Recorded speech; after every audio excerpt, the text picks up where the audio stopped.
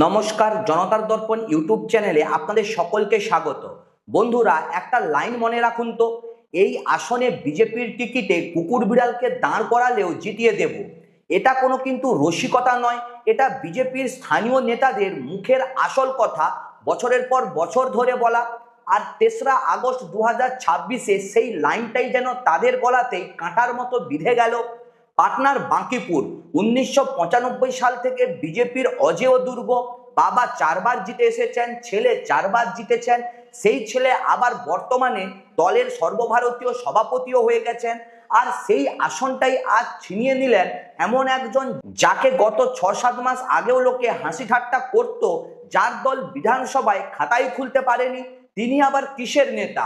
বন্ধুরা, আজকের এই ভিডিওতে আপনারা দেখবেন কিভাবে দিল্লির যন্তর মন্তরে পুলিশের লাঠিচার্জ একটা গোটা প্রজন্মকে রাস্তায় নামিয়ে দিল, কিভাবে সিওয়ানে AK-47 দিয়ে গুলি চালানোর ঘটনা তরুণদের ক্ষোভকে বিস্ফোরণের মুখে ঠেলে দিল, কিভাবে এমন একজন মুখ্যমন্ত্রী যার বিরুদ্ধে গণহত্যার অভিযোগ পর্যন্ত রাজনৈতিক প্রতিপক্ষরা তোলেন, তার প্রথম ১০০ দিনের মধ্যেই তার নিজের দল সবচেয়ে বড় অপমানের মুখে পড়ল।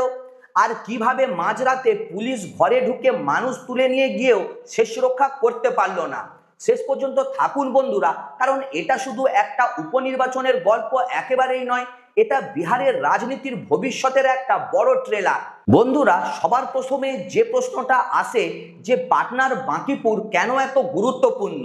বাঁকিপুর পাটনার একেবারে প্রাণকেন্দ্রে। ১৯৯৫ সাল থেকে এখানে বিজেপি ছাড়া আর কেউ জিতেনি।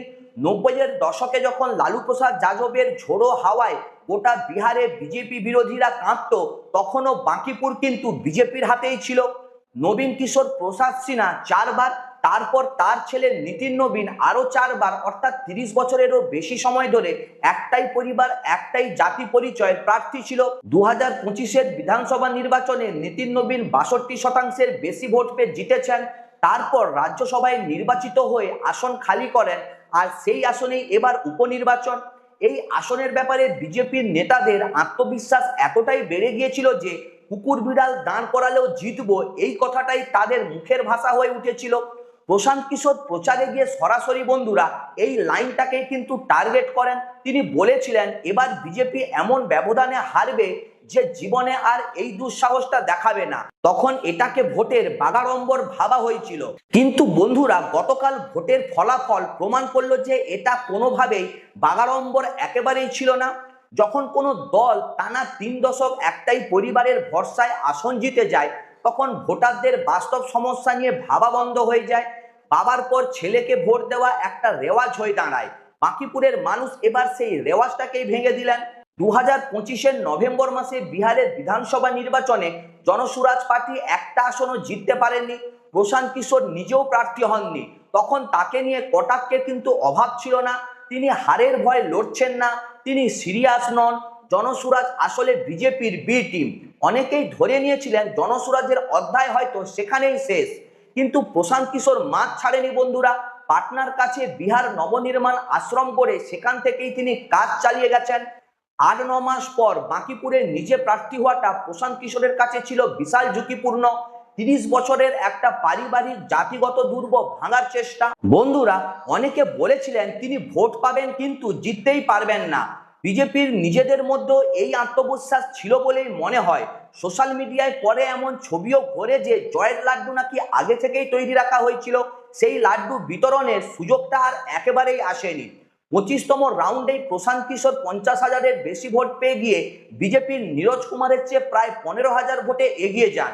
এই সংখ্যাটা একটু ভাবুন বন্ধুরা। এই একই আসনে মাত্র ৮ মাস আগে জনসুরাজের প্রার্থী তৃতীয় স্থানে ছিলেন মাত্র ৭,৭০০ ভোট পেয়ে।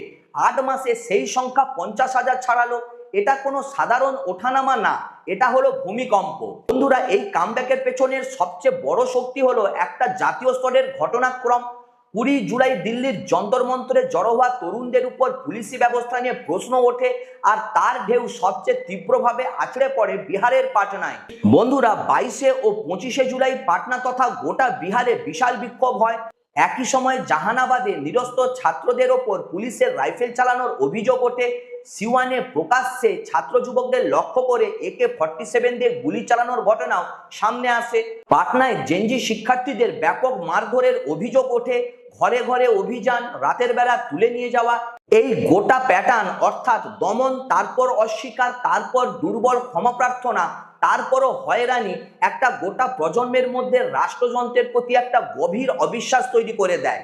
প্রধানমন্ত্রী নিজেই জেনজিদের সাথে সংলাপের চেষ্টা করেছিলেন, কিন্তু ততক্ষণে অনেক ক্ষতি হয়ে গিয়েছিল। শুধু তরুণরাই না, তাদের পরিবার, এমনকি বিজেপি সমর্থক মা বাবারাও নিজের সন্তানের ওপর নেমে আসা দমন নীতির কারণে দলের বিরুদ্ধে বেরিয়ে যান। আর যখন কোনো দলের নিজস্ব ভোট ব্যাংকের পরিবারই দলের বিরুদ্ধে যায়, তখন সেই ক্ষতিটা সাধারণ রাজনৈতিক অঙ্কের চেয়ে অনেক গভীর হয়। বাঁকিপুরের তরুণ ভোটাররা বিজেপির পক্ষে খুব বেশি ভোটই দেননি, তাই আসনে সামগ্রিক ভোটদানের হার তুলনামূলক কম ছিল। কিন্তু যেটুকু তরুণ ভোট পড়েছে তার বেশিরভাগ গেছে বিজেপির বিরুদ্ধে। এমনকি যে আরজেডি প্রতিবার এই আসনে দ্বিতীয় স্থানে থাকতো, এবার তারা তৃতীয় স্থানে নেমে গেছে।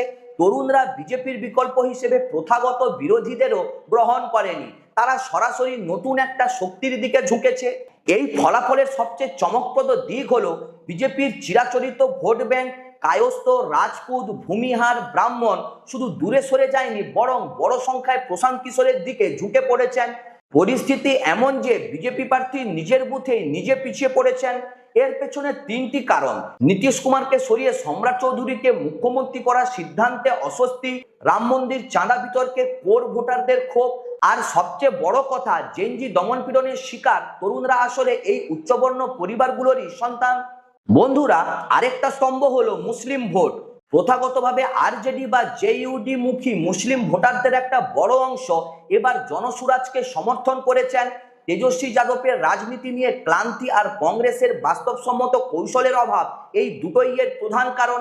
রাহুল গান্ধী যন্তর মন্তরে আন্দোলনকারীদের পাশে দাঁড়ানোর পরও কেন জেনজিরা বা সংখ্যালঘু ভোটাররা আরজেডি কংগ্রেসের ওপর ভরসা রাখলেন না, এই প্রশ্নটা কিন্তু দুটো দলের কাছেই আত্মসমীক্ষার বিষয়। 2026-এর এপ্রিল মাসে বন্ধুরা, নীতিশ কুমার সরে দাঁড়ানোর পর সম্রাট চৌধুরী বিহারের মুখ্যমন্ত্রী হিসেবে শপথ নেন। প্রথমবারের মতো বিজেপি সরাসরি রাজ্যের ক্ষমতায় আসে। প্রধানমন্ত্রী নিজেই সেই অনুষ্ঠানে কিন্তু যোগ দিয়েছিলেন। কিন্তু এই পরিবর্তনটা সবার কাছে স্বাগত হয়নি। নীতিশ কুমারের নিজস্ব ভোট ব্যাংক, কুর্মী সমাজ, অতি অনগ্রসর শ্রেণীর নারী ভোটাররা খুশি হননি। দলের ভেতরেও কেন্দ্রীয় নেতৃত্ব আর স্থানীয় কর্মীদের মধ্যে সমন্বয়হীনতা যথেষ্ট স্পষ্ট হয়ে ওঠে।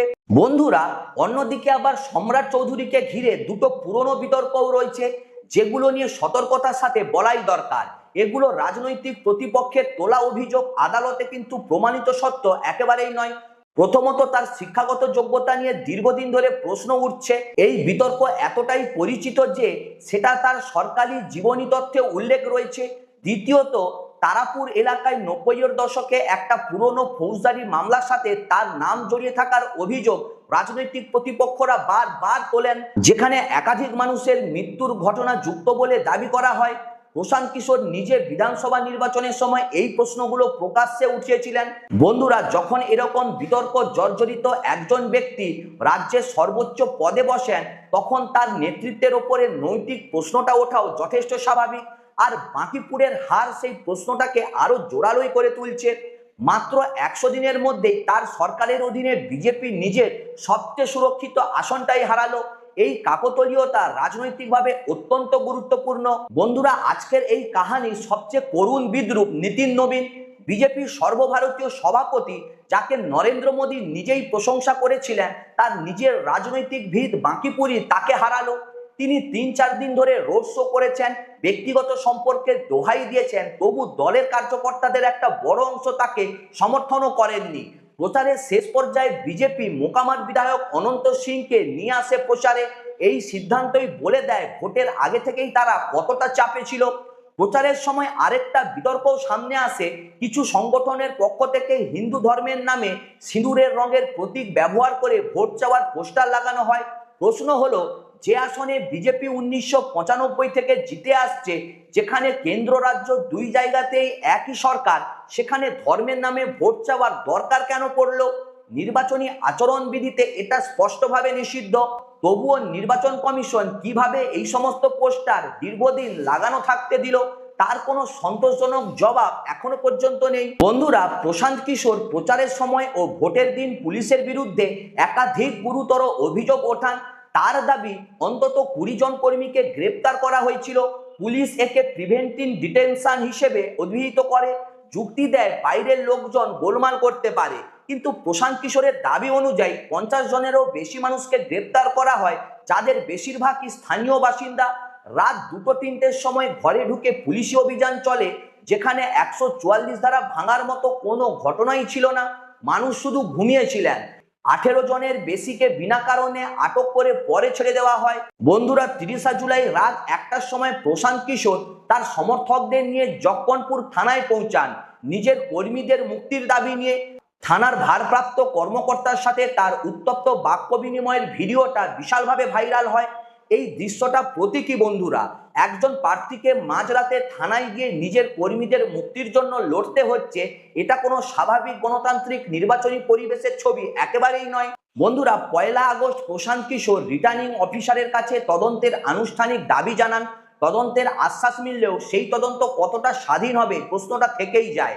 আর একটা স্বাভাবিক পাল্টা প্রশ্ন উঠতে পারে, এত পক্ষপাত হলে তিনি জিতলেন কিভাবে? এর সরল উত্তর হতে পারে, জনরোষ এতটাই তীব্র ছিল যে প্রশাসনিক বাধাও সেটা আটকাতে পারেনি।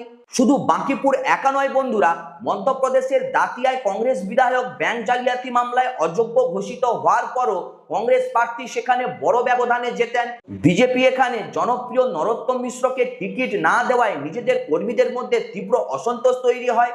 আর গুজরাটের মাঞ্জলপুরে বিজেপি নিজের ঘাঁটি রক্ষা করতে পারলেও আগের 1 লাখের বেশি ভোটের ব্যবধান নেমে এসেছে মাত্র 30,000-এর ব্যবধানে। 3টে ফলাফল একসাথে দেখলে প্যাটার্নটা একেবারেই স্পষ্ট। বিজেপি তাদের সবচেয়ে শক্তিশালী ঘাঁটিগুলোতেও আর আগের মতো কিন্তু নিরঙ্কুশ নয়। প্রশান্ত কিশোর নিজে এই নির্বাচনকে সম্রাট চৌধুরীর সরকারের ওপর একটা রেফারেন্ডাম বলে বর্ণনা করেছেন। পুরো সরকার, বিধায়ক, মন্ত্রী, পুলিশ এই একটা আসন জেতাতে পুরো শক্তি ঢেলেও কিন্তু হেরেছে। তাই এটা মুখ্যমন্ত্রীর নৈতিক ব্যর্থতা।